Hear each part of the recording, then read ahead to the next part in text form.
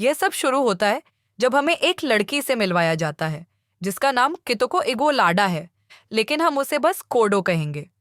कोडो एक हॉस्पिटल के बाहर बेंच पर बैठी होती है। फिर वह एक लड़के से बात करने जाती है जिसका नाम किरो है, जो हमारी मेन प्रोटैगनिस्ट है। कोडो उसे ग्रीट करती है, लेकिन किरो थोड़ा कंफ्यूज्ड होता है क्योंकि वह उसे पहचान नहीं पाता। फिर कोडो कहती है, तुम मुझे कैसे भूल सकते हो? मैं वही लड़की हूं जिसने तुम्हारी लाइफ सेव की थी। लेकिन किरो जवाब देता है कि उसे याद नहीं कि वह कभी इतनी बड़ी डेंजर में था कि किसी को उसकी लाइफ सेव करनी पड़े। तभी कोडो उसे बताती है कि 2 years अगो इसी हॉस्पिटल में वह कॉरिडोर से गुजर रहा था और कुछ चिल्ड्रन वहां से भागते हुए गुजरे। गलती से उन्होंने उसे धक्का दे दिया और वह गिरने ही वाला था कि कोडो ने उसे पकड़ लिया। उस दिन किरो और उसकी गर्लफ्रेंड साकी ने कोडो को थैंक कहा था और किरो ने वादा किया था कि वह उसे हमेशा याद रखेगा। उसी मोमेंट पर कोडो के लिए यह लव एट फर्स्ट साइट था। वह किरो को देखकर इंट्रीग्ड हो गई थी, यहाँ तक कि वह उसे गोट लाइक फिगर कहती है जिसके 2 डीमन हॉर्न्स हैं, लेकिन बाकी सबके लिए वह एक नॉर्मल बॉय ही दिखता है। अब हम प्रेजेंट में वापस आते हैं और किरो उसे बताता है कि अब उसे सब याद आ गया है। फिर वह अपोलोजाइज करता है और कहता है कि वह गर्ल्स के फेसेस याद रखने में अच्छा नहीं है, खासकर जब वह न्यू हैट पहन रही हो। फिर कोडो उसके पास साइड कर जाती है और खुद को री इंट्रोड्यूस करती है ताकि इस बार वह उससे कभी भूल न सके। इसके बाद कोडो एक प्रपोजल देती है कि उन्हें डेटिंग शुरू कर देनी चाहिए क्योंकि उसे पता था कि किरो और उसकी एक्स गर्लफ्रेंड साकी का ब्रेकअप हो चुका है और वह सिंगल है। लेकिन वह चाहती है कि किरो उसे यह बताए कि वे दोनों ब्रेकअप के लिए क्यों मजबूर हुए। तभी किरो उसे बताता है कि एक रात जब वह और साकी एक रिवर के पास से गुजर रहे थे, तभी अचानक एक मॉन्स्टर वहां आ गया। डर के मारे वह भाग गया और साकी को अकेला छोड़ दिया और यही उनकी ब्रेकअप की वजह बनी। लेकिन कोडो उसे बताती है कि यह लाई है। असली सच यह था कि वह मॉन्स्टर असल में किरो से डर गया था और साकी भी उसी पर डर गई थी क्योंकि उसने देखा कि मॉन्स्टर खुद किरो से डरा हुआ था। यही वजह थी कि उसने किरो पर सवाल उठाए कि वह असल में कौन है। फिर कोडो उसे समझाती है कि सारे मॉन्स्टर्स उसकी असली आइडेंटिटी जानते हैं और उसके सामने कांपते हैं। तभी किरो उससे पूछता है कि वह असल में कौन है। तब कोडो उसे बताती है कि वह सभी मिथिकल क्रीचर्स की गॉडेस ऑफ विजडम है, मॉन्स्टर्स और स्पिरिट्स जिन्हें योकाई के नाम से जाना जाता है। लेकिन किरो कोडो की बातों पर बिलीव नहीं करता। तब कोडो उसे कन्विंस करने के लिए कहती है कि वह 6 साल के न्यूज़पेपर देखे। वहां एक स्टोरी थी जिसमें एक लड़की के गायब होने का जिक्र था, लेकिन बाद में जब वह मिली तो उसका एक आंख और एक पैर नहीं था। इसके बाद कोडो वहां से चली जाती है और बस में बैठकर अपने घर चली जाती है। उसी वक्त उसे एक आत्मा प्राणी मिलता है जो उससे हेल्प मांगता है और बताता है कि लाइब्रेरी में एक डीमन मॉन्स्टर छिपा हुआ है। लेकिन कोडो कहती है कि वह कल इसे हैंडल करेगी क्योंकि अभी वह किरो पर फोकस कर रही है। नेक्स्ट डे हम देखते हैं कि किरो ने न्यूज़पेपर खोज लिया और कोडो के साथ हुए इंसिडेंट के बारे में जान गया। तब कोडो उससे पूछती है कि क्या उसकी इन्वेस्टिगेशन अब उसे प्रूफ देने के लिए इनफ है।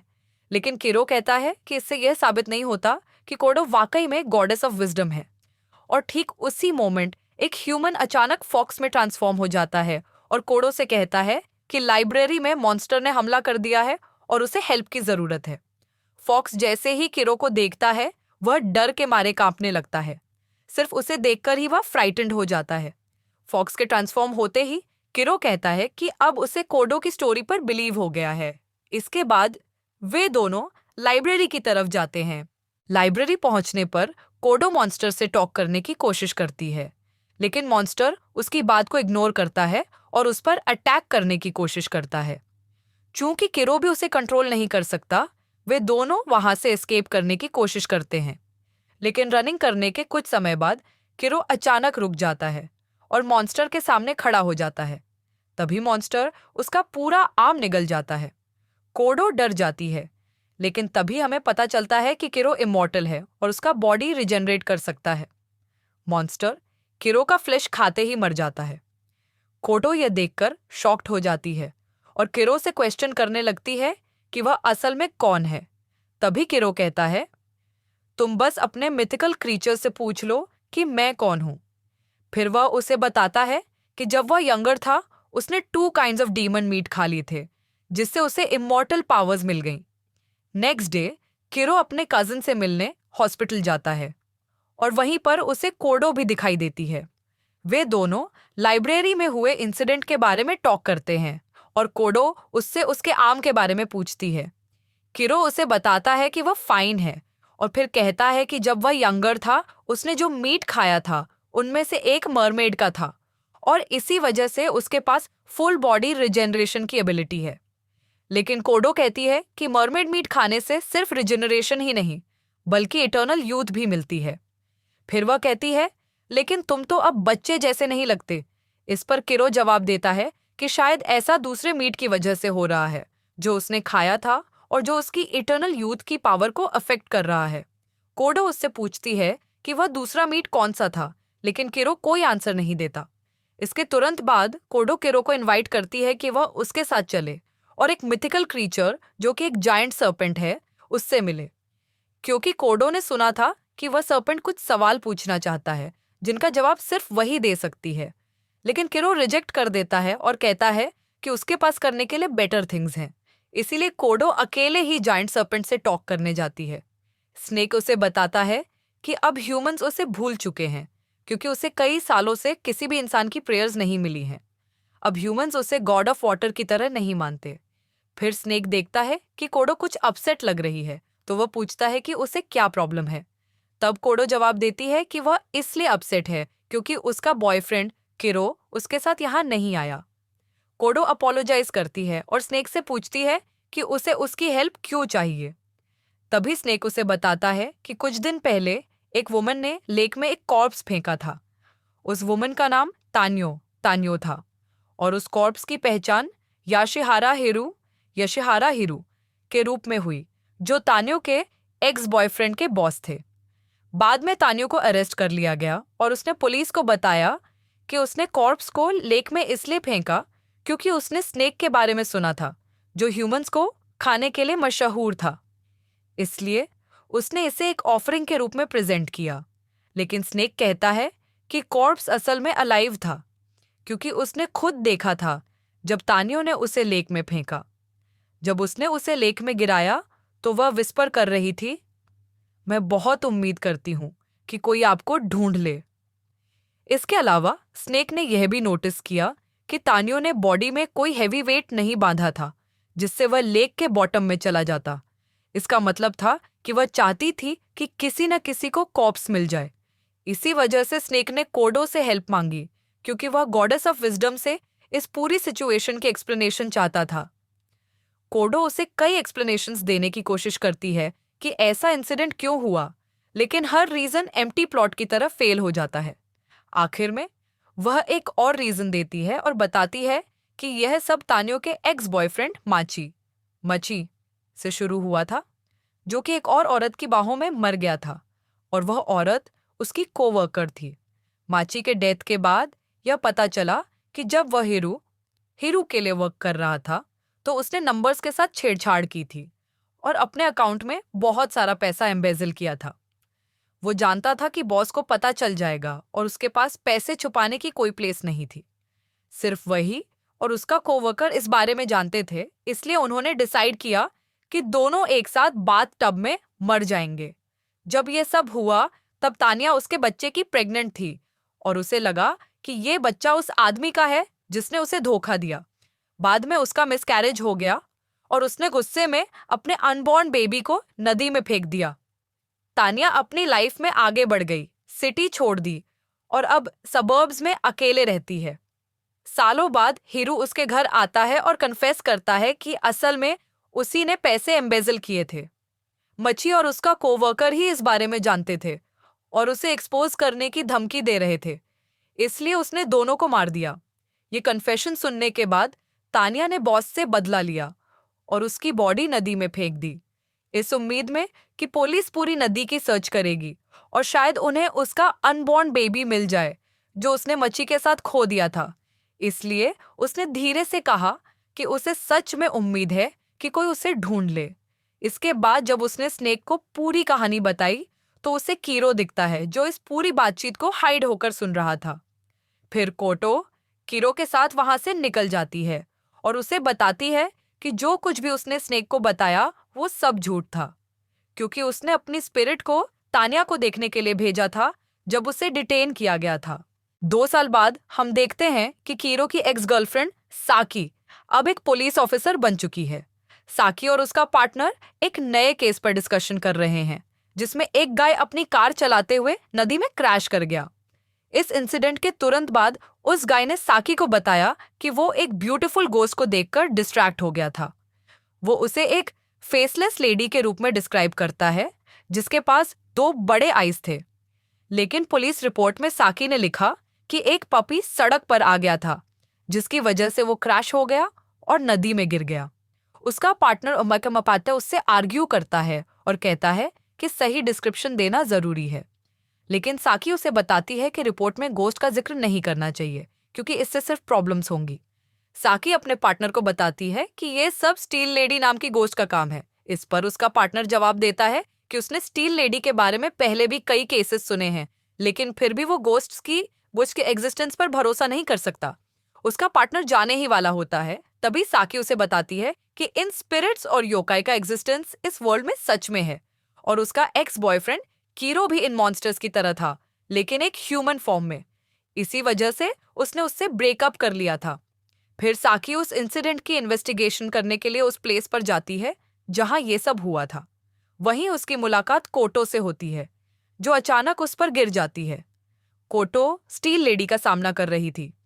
इसी मोमेंट पर साकी को स्टील लेडी की बातें सुन सुनकर गुस्सा आ जाता है और वो उसे डिफीट करने का डिसीजन लेती है।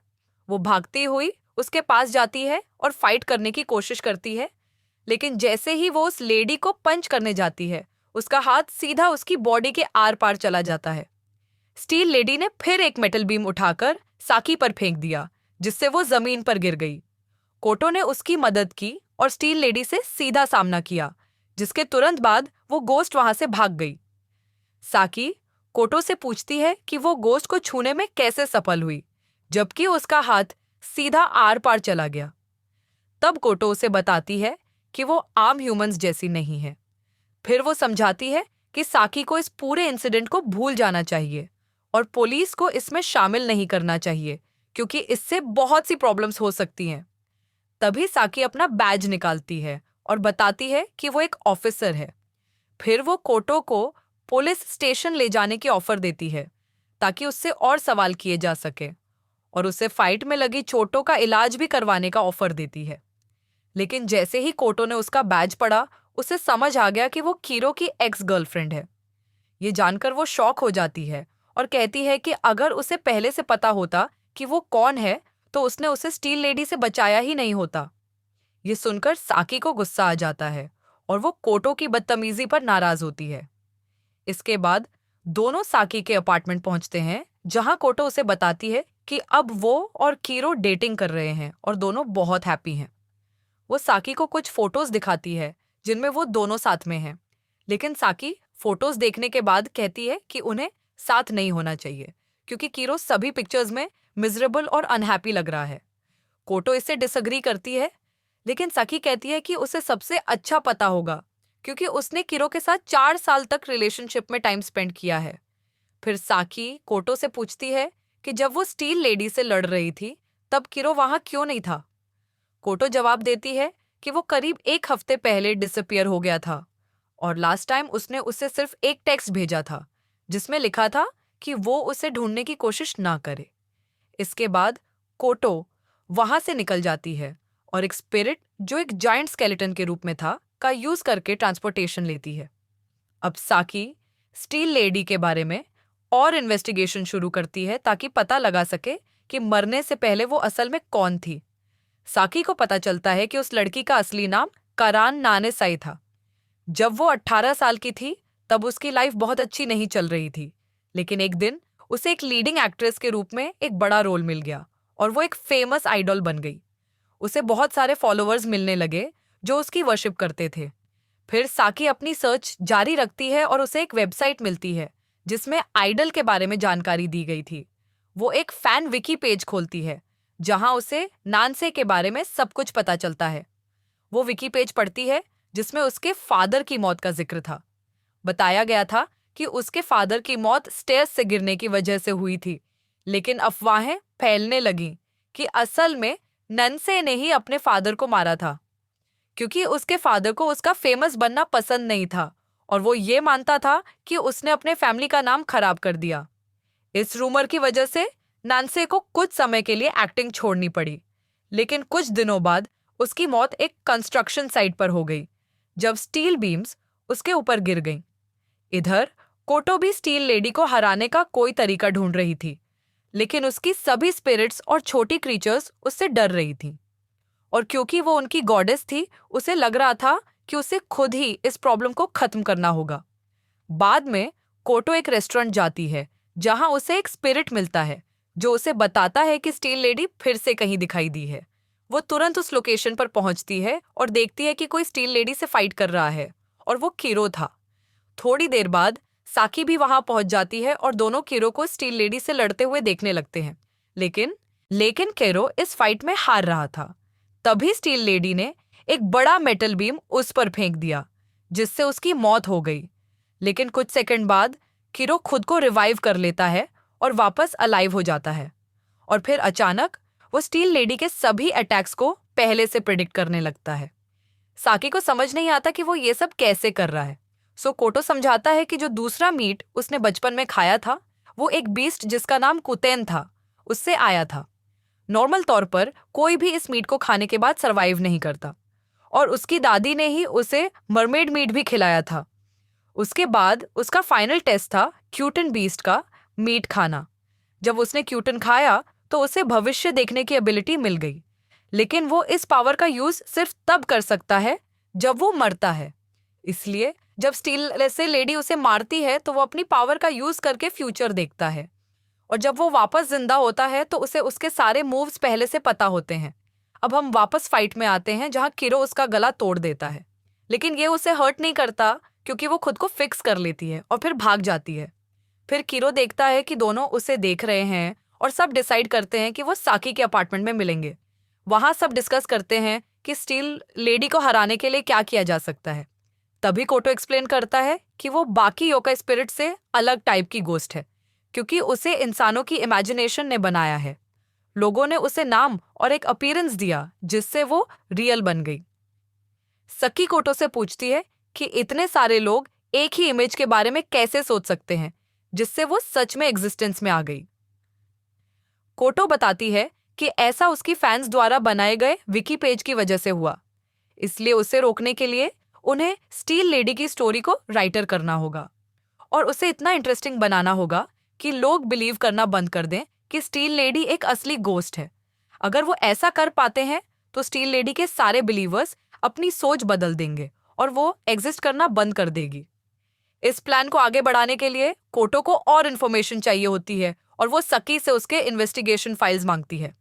इन फाइल्स में कैरन नानासे के बारे में सारी जरूरी इन्फॉर्मेशन होती है। फिर वो उस जगह जाते हैं जहां इंसिडेंट हुआ था और एक गोस्ट की मदद से कंफर्म करते हैं कि सच में वो मेटल बीम्स के नीचे दबकर मरी थी, लेकिन असल में उसने कभी भी खुद को बचाने की कोशिश नहीं की। ऐसा लग रहा था जैसे वो खुद क्रश होना चाहती थी। वो लोग गोस्ट से बात करते हैं और सब अग्री करते हैं कि उन्हें पुरानी स्टोरी को रिप्लेस करने के लिए एक फेक नैरेटिव तैयार करना होगा, ताकि स्टील लेडी को हमेशा के लिए खत्म किया जा सके। इस बात को कंफर्म करने के लिए कि उनकी स्टोरी सक्सेसफुल होगी, वो कीरो की पावर का यूज कर सकते हैं, जिससे वो ऑल्टरनेट फ्यूचर्स देख सकता है, और वो एक ऐसा फ्यूचर देख सकता है जहां लेडी नानस एग्जिस्ट नहीं करती। उसी रात हम देखते हैं कि सकी का पार्टनर भी स्टील लेडी का शिकार बन जाता है। जब ये न्यूज़ फैलती है तो कोटो के स्टील लेडी को हराने के चांसेस और कम हो जाते हैं, इसलिए वो तेजी से सोचती है ताकि एक ऐसी स्टोरी बना सके जिससे स्टील लेडी को हमेशा के लिए हराया जा सके। कुछ घंटों बाद उसके पास स्टील लेडी को खत्म करने के 4 सॉल्यूशंस होते हैं, लेकिन इससे वो बहुत थक जाती है और उसे नींद आने लगती है। इसलिए सकी और किरो खाने के लिए बाहर जाते हैं। इस दौरान सकी किरो से पूछती है कि वो कोटो को डेट क्यों कर रहा है, जबकि वो उसकी टाइप नहीं लगती। फिर वो उसे बताती है कि उसे सच्चाई पता है। किरो असल में अपनी कजन रीका से प्यार करता है, जो पिछले 3 सालों से हॉस्पिटल में है और वही है जिसे किरो रेगुलरली विजिट करता है। फिर वो दोनों उसकी कजन से मिलने जाते हैं, लेकिन जब वो उससे मिलते हैं तो सकी डर जाती है, वैसे ही जैसे जब उसने किरो से ब्रेकअप किया था। किरो सकी को समझाता है कि भले ही रिका बीमार है लेकिन वो मरेगी नहीं, क्योंकि उसके पास भी वही पावर्स हैं जो किरो के पास हैं। उसने भी दोनों डीमन मीट्स खाए थे। जब कोटो जागती है तो वो सकी से बात करती है, जो उससे पूछती है कि क्या उसे पता था कि रिका के पास भी किरो जैसी पावर है। कोटो उसे बताती है कि हाँ, उसे पहले से ये सब पता था, और फिर वो दोनों समझने लगते हैं कि असल में रिका कौन है। कोटो बताती है कि हॉस्पिटल से डिस्चार्ज होने के बाद रिका कुछ हफ्तों तक उनके साथ रही थी। पहले तो वो लोग अच्छे से नहीं बने, लेकिन धीरे धीरे उनकी दोस्ती हो गई। जब वो वहां रह रही थी तब कोटो ने देखा कि रिका हमेशा कंप्यूटर पर रहती थी और उसे आर्ट बनाने का भी शौक था। लेकिन फिर एक दिन वो अचानक चली गई। कोटो को अब समझ आता है कि असल में वही स्टील लेडी का विकी पेज बनाने वाली थी। उसकी पेंटिंग स्टाइल वही थी जो विकी पर दिखाए गए इमेज से मैच करती थी। लेकिन कोटो ने कभी इमेजिन भी नहीं किया था कि रिका ही इसके पीछे थी। फिर उसे एहसास हुआ कि किरो पहले से जानता था कि रिका ही स्टील लेडी की क्रिएटर है, और इसी वजह से वो 1 हफ्ते से ज्यादा के लिए गायब था, क्योंकि वो उसे ढूंढने गया था। और इसी वजह से उसने कोटो को मना किया था कि वो उसे ढूंढने की कोशिश न करे। अब यह साफ हो गया था कि स्टील लेडी को हराना इतना मुश्किल क्यों था, क्योंकि रिका अपनी फ्यूचर देखने की पावर का यूज कर रही थी, और वो हमेशा वही फ्यूचर चुनती थी जहां लोग स्टील लेडी में सबसे ज्यादा बिलीव करते थे। लेकिन हर बार जब वो अपनी पावर यूज करती थी तो वो मरती और फिर जिंदा हो जाती। उसने ये सैकड़ों बार किया था ताकि स्टील लेडी का अस्तित्व बना रहे, जिससे उसका शरीर कमजोर हो चुका था। एक याकी स्पिरिट कोटो के पास आती है और उसे बताती है कि उसने स्टील लेडी को ढूंढ लिया है। कोटो कहती है कि ये आखिरी रात होगी जब उन्हें उसे हराना होगा। इसके लिए किरो को स्टील लेडी से लड़ना होगा, जबकि सखी और कोटो विकी पेज पर फेक स्टोरीज लिखेंगे ताकि लोगों को यह विश्वास दिलाया जा सके कि स्टील लेडी असली नहीं है। अगर वो ऐसा कर पाए तो स्टील लेडी कमजोर हो जाएगी और हमेशा के लिए गायब हो जाएगी। उधर रिका अपनी पावर यूज करती है और वो फ्यूचर चुनती है जहां स्टील लेडी अब भी एग्जिस्ट करेगी, और किरो इसका उल्टा करने की कोशिश कर रहा था। कोटो साइड पर लोगों को यह समझाने की कोशिश करती है कि यह भूत असली नहीं है, बल्कि कोई असली इंसान ही स्टील लेडी का रूप धारण कर रहा है ताकि अपराध करके बच सके, क्योंकि उन्हें पता है कि पुलिस की जांच कभी भी असली गुनहगार तक नहीं पहुंचेगी। लेकिन कोटो अपनी थ्योरी से लोगों को समझाने में नाकाम रहती है, और हर बार लोग उसके आर्ग्यूमेंट्स को कॉन्ट्रडिक्ट कर देते हैं। वो कई और रीजंस देकर लोगों को यकीन दिलाने की कोशिश करती है कि स्टील लेडी का अस्तित्व नहीं है, लेकिन हर बार असफल हो जाती है। आखिर में कोटो अपनी चौथी और आखिरी कहानी बनाती है, जहां वो विकी पर लिखती है कि कारण ननीसी असल में अभी भी जिंदा है, और वो अपने ऊपर लगे आरोपों से बचने के लिए स्पॉटलाइट से दूर जाना चाहती थी। उसके ऊपर यह अफवाह थी कि उसने अपने पिता की हत्या की थी, जिसके कारण उसका परिवार और उसकी बहन ने उसे छोड़ दिया था। इसलिए वो अपनी जिंदगी एक नए तरीके से शुरू करना चाहती थी। इसके लिए उसने अपनी जैसी दिखने वाली एक लड़की को ढूंढा। जब वे दोनों मिली तो उनकी दोस्ती हो गई। फिर एक दिन नानेसाई ने उस लड़की से एक फेवर मांगा, वो एक डिकॉय बने और पपराजी को असली लोकेशन से दूर ले जाने में उसकी मदद करे। लड़की मान गई और उसने अपने बाल ढाई कर लिए और नानीसी जैसे कपड़े पहन लिए। फिर नानीसाई ने उसे कंस्ट्रक्शन साइट की ओर भागने के लिए कहा और कहा कि वो वहां बाद में मिलेगी, लेकिन इसके बजाय उसने उस लड़की को बेहोश कर दिया और फिर उसके चेहरे को स्टील बीम से कुचल दिया ताकि कोई उसकी पहचान न कर सके। इस तरह नानीसी खुद उसकी जगह ले सकती थी और एक नॉर्मल लाइफ जी सकती थी। लेकिन विकी के कुछ यूजर्स सवाल करने लगते हैं कि अगर असली ननीसाई जिंदा थी तो स्टील लेडी ननीसी का कोई मतलब ही नहीं बनता। फिर कुछ और यूजर्स ये पॉइंट उठाते हैं कि शायद असली ननीसी ही स्टील लेडी की क्रिएटर थी और उसने खुद ही विकी बनाई ताकि दुनिया को यकीन हो जाए कि वो मर चुकी है। इस नई कहानी की वजह से सब लोग मानने लगते हैं कि ननीसी असल में जिंदा थी और उसने ही खुद को छुपाने के लिए ये पूरी कहानी बनाई थी। और इसी समय कीरो आखिरकार स्टील लेडी को हरा देता है और वो हमेशा के लिए गायब हो जाती है। अब उनका आखिरी कदम कीरो की कजिन रिका को ढूंढना और उसे हराना है। लेकिन शायद ये सब इंस्पेक्टर के सीजन 2 में होगा। देखने के लिए धन्यवाद। अगर आपको ये वीडियो पसंद आया हो तो लाइक और सब्सक्राइब करना न भूलें और नोटिफिकेशन बेल को भी ऑन करें ताकि आप हमारी कोई भी नई वीडियो मिस न करें। अगली बार तक अपना ख्याल रखें।